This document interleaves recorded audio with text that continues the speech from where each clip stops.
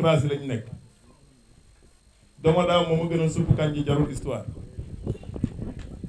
seen droit la ñoom ñu ne dañuy ànd ak ñi fi nekkoon ndax ñoom poussière bi dérangé wu la ñoom jafe-jafe yi ADEVIT di posé dérangé wu la ñoom problème yi ngeen di posé yéen waa Cikki ay doomu Cikki ne nañu tàngalaat bool bu ñu yeesal affaire yi bu ñu changé yéen doomu Cikki yéen ay xool objectivement ndax ñooñu ne leen nañu ànd ak ñi fi nekkoon loolu ñu leen wax seen njëriñ la wala du seen njëriñ mbéju kanam borom a koy fay mbokk man Mamadou Ndione je suis un démocrate sama doom sax bu mu neexee bañ a ànd ak man sama soxna bu ko neexee bañ a ànd ak man adduna ànd ak nit wala bañ a ànd ak nit sekkiwul ne da ngeen war a non fu waay neex na dem waaye waay Cikki bu dee gis ngeen seen bopp ci gestion mairie bi depuis 20 ans xam ngeen ku wéet sa biir néeg di nga xam ndax ñi yor mbir mi attan nañ ko wala attanuñ ko ba ñuy def fii proximité dama ne gars yi proximité bi bu leen ko def live ci Facebook bi ànduma ak benn journaliste ma def 63 étapes rencontré plus de 10 000 personnes ci xayma keroog ba ma duggee Cikki maa ngi fi dugg 10 heures maa ngi fi jógee minuit et demi benn àjjuma ñu def quartier yëpp ba mu des quartier bi tey jii fii la ñëw pour lancer sunuy couleur loolu la ko yàlla dogal rencontre yooyu ñu am ak doomu Saafeen gis naa sax am na ñu koy jéem a toppandoo am nañ ci droit ndax démocratie ku mu neex nga tricher xool li kenn sa adversaire yi def nga def ko dara nekku ci ku mu neex nga xool ne lii waa ji di def baax na naa ko jéem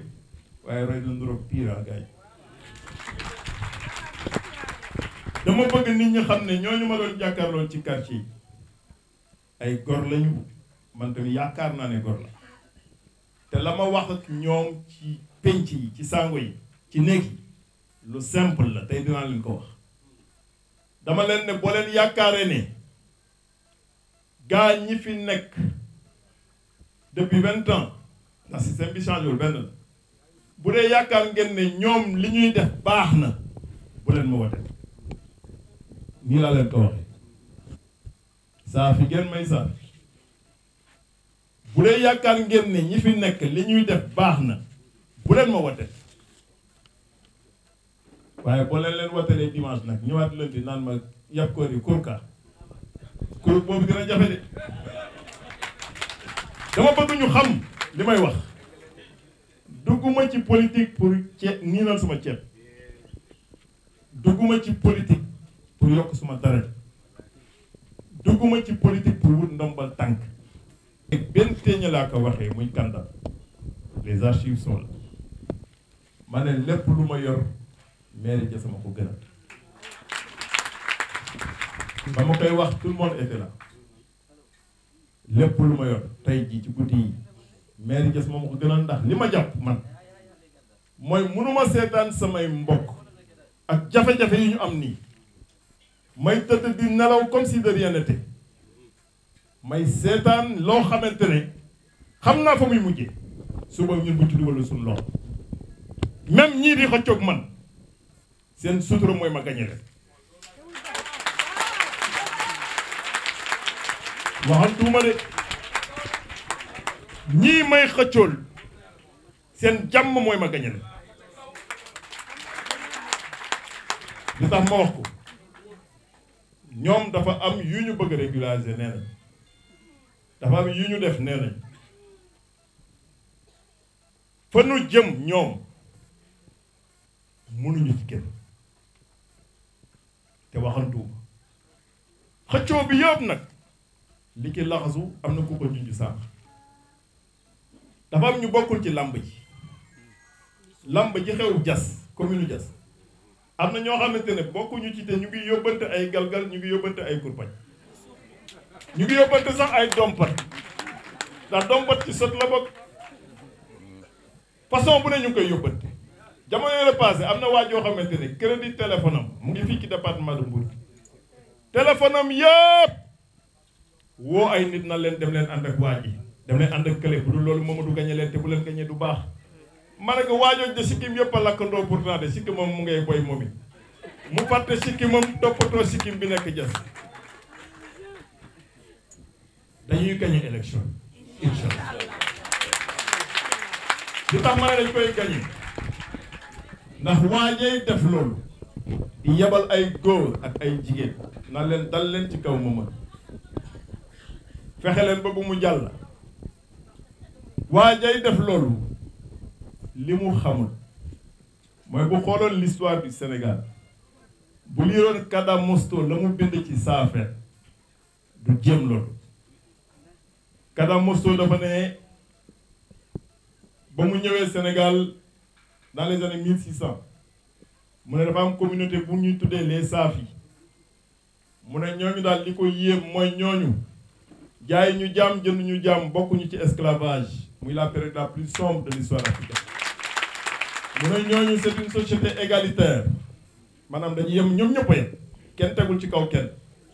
mu ne ñooñu dinañ tànn nag ku leen di jiite mais ci ay valeur lañ koy teg mais ñooñu ay bañkat lañu naam mais ay nit ñu am xel lañ te ñu mën gan lañ waaye kenn du toog seen kaw bopp di leen jéem a kàlli-kàllee waaye jay jéem loolu bu jàngoon loolu dina xam ne deret bi nekkoon ci suñu maamaati maam yooyu moo nekk ci ñun ba léegi moo tax ba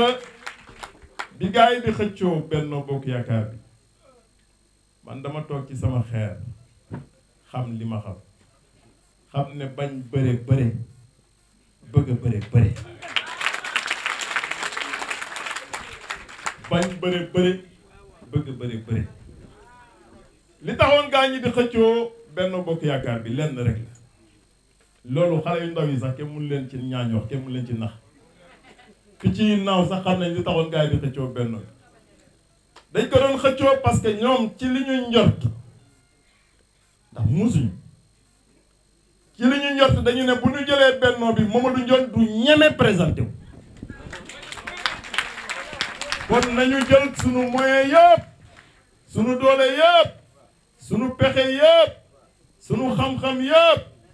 fii ba Mbuur ba Caajaay nañu dajale lépp fexe ba waaj bu mu jël Benno bi bu jëlul Benno bi rek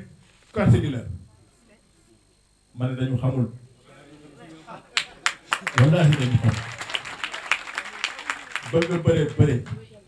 bañ bëre bëre ba tax na incha allah ñun sunu liste mooy ñun ñoo njëkk a déposer liste dans le département de Mbour ñun ñoo njëkk a déposer sunu liste bi gars yi di wër di ñëw sama militant yi naan leen gannaaw waa ji du bokk jox leen ñu seen dossier ñu yokk leen ci sunuy liste gars yi mel ni ay yoo biw fu nekk ñuy biw keroog bi may décider ne Pape Malick ak doyen Assane ak sama naatangoo yi ba ma leen di wax ne dañuy def point de presse parce que dama dem ba ci biir ma ne mais nan la nit mën a dawal rumeur ci biir pour saa bi ne Mamadou Ndione bokk ci élection bi Mamadou Ndione xiiful marul raflewul Mamadou Ndione li ko sonal kay lenn rek moo ma sonal mooy àq bi may waslu te yaakaar ne sama communauté comprendre ko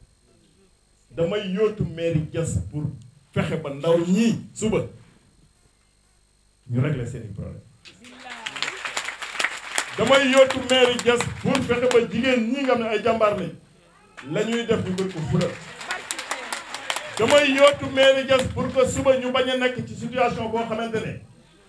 guddeeg bëccëg ci ay coow la ñuy nekk jàkkaarloog état wax ak état du ñëpp ko mën kii ñëw jàkkaarloog état yenu ay problème moom yu boppam yu mu war a régler yu mu war a régulariser ndax gars yi ñoom nee nañ bu ñu régulariser wu ñuy dem kaso dinañ bëri ki yenu ay problème am dem ne da koy régler ji waaw kooku est-ce que dina régler say problème moo tax li may wax nii xel moo koy dégg man dama xam la mooy état booy wax ak moom da ngay set wecc boo setee wecc nga ñëw jàkkaarloog ñoom tenir un débat d'intellectuel un débat scientifique nga wax ko loo xamante ne parce que état kenn mooy décider moo ngi ci kaw waaye ci diggante bi fan la décision bi di jaar ak nan lañ koy toggee boo dul nandite doo xam noo koy régler kon ñàkk comprendre état amu fi benn problème ci dëkk bi et là je vais être très clair avec tout le monde amu fi benn problème ci dëkk bi boo xamante ne bu ñu jëlee mairie dinañ ko ragala wala rusa wala bañ koo topp. On va s'asseoir avec les structures de l'État one by one benn par benn xoolaat tout waxtaan def un argumentaire solide fexe ba njiitu réew mi képp argumentaire boobu s'il faut rectifier les choses ñu rectifier ko s'il faut corriger les choses ñu corriger ko dans l'intérêt des populations et du pays loolu laa bëgg nit ñi comprendre. Plan local de développement ru Diass pour les 5 prochaines années bu nekkoon 40 milliards bu doon dañ ko xayma mu nekk 40 milliards obligation maire Diass mooy mu lijjanti ji ko sama gars yi lijjanti 40 milliards de loolu compliqué wu ci man dama bëgg ñu xam loolu compliqué wul de y a les financements innovants y a la position stratégique de Diass y a un argumentaire à faire bu boobaa kay waa Diass ñooy bañ la ñuy wax fépp fuy source de financement xanaa état jékki-jékki na ma yow li ngay indi kat daa bëri ak wàññil vitesse bi tuuti. Je vous assure que boo leen ñu joxee mairie Diass avant état di indi ay projet ñun dinañ indi suñuy projet état validé ñun daal li ñu jàpp ci gàttal mooy tey li ñu def fii ci kii fii lañ ko war a defee mooy lancer nos couleurs di ki sàkku ñaan di sàkku saafenteel ko xàmmee ndax élection yi benn difficulté majeure moo ki naroon am mooy dafa am couleur yi ñu xàmmee woon ñu war a changer couleur yi pour wane beneen couleur mais xolu nit ñi benn couleur yi ki nekk muy Mamadou Ndione ak ñi mu àndal ña jom mi bëccëgu ndar kam mooy ñi yaakaaroon ne du ñu oser ñàkk xam rek moo tax ñun suñu métier lañ yor am ci générosité bi ñu nekk ci secteur privé bi ñu nekk secteur public la même chose ñu jàpp ne ñun lépp lu ñuy def dañ koy def ba ci mu ndar kàmm mu leer nañ musuñu wàcc yoon bi mooy fexe ba commune Diass raw ci Sénégal amuñu beneen objectif ba tax na population yi dama leen bëgg a rappeler ne leen bu nu sàgganee ba ñiy toog fi ba leen ñu ne kurka bu ñu neexee ñu ne yàpp koor yi kat kuruk dina metti il faut ñu xam loolu man duma politicien professionnel dundeewuma politique uma pour wut lu ma yóbbu sama kër yàlla xam na ne politique daf ma sonal parce que amatuma ci vie de famille façon heure bu nekk laay dugg suma kër sama màgget bi sax dafa accéléré wu ndax politique amatuma temps dama toog keroog ma ne sama chauffeur xaw ma kañ laa gëj a plongé ci géej gi feeñ te yàlla xam na ne chaque semaine daan naa dem géej 2 fois mais ndoxu géej sax xamatuma nu muy sax ndax politique bi nga xam ne mayetuma sax jot bu may defee loolu ma sacrifier tout ça am ñu ci rax di ci suuxlu ne Mamadou du egsi pour ça bi yeneen wax ndax Mamadou dina egsi du egsi ba tax na ñooñu tey jii ñooñu seen objectif yéen ñëpp xam ngeen ñooñu xam nañ ne Mamadou kenn mënu ko def ci poste ñooñu xam nañ ne tey jii message bi ñu bëgg a lancer aux générations yi ñëw après mooy Koursaafi ku jóg nañ dagg bopp te Mamadou tey jii le combat qu'il mène c'est un combat pour les générations à venir c'est un combat pour les jeunes à venir ndax dootuma jeune mag la combat bi dama ciy dem ba jeex ndax jàpp naa ne jeego bu ma ci teg tuyabal mais yéen jeunes yi surtout boo leen banaliser ces élections ba jàpp ne affaire bi woy Mamadou Ndione nañ ko bañ a wufal nangam suba di ngeen bëgg Mamadou ñëwaat fekk Mamadou ne mes dama bëgg mu clair samay mbokk lay waxal dañuy soxla mairie pour wan Sénégal yëpp nu ñuy gérer mairie li ci kanam nag ñu bàyyi ko ci loxo yàlla loolu laa bëgg nit ñi xam ba tax na aussi boo nekkee say mbokk da nga leen koy wax mu leer am nañu capacité yi am nañu équipe bi kon tey jii nañu jàpp ne sunu ànd bi àndu victoire la àndu ndam la te incha allahu dinañ gën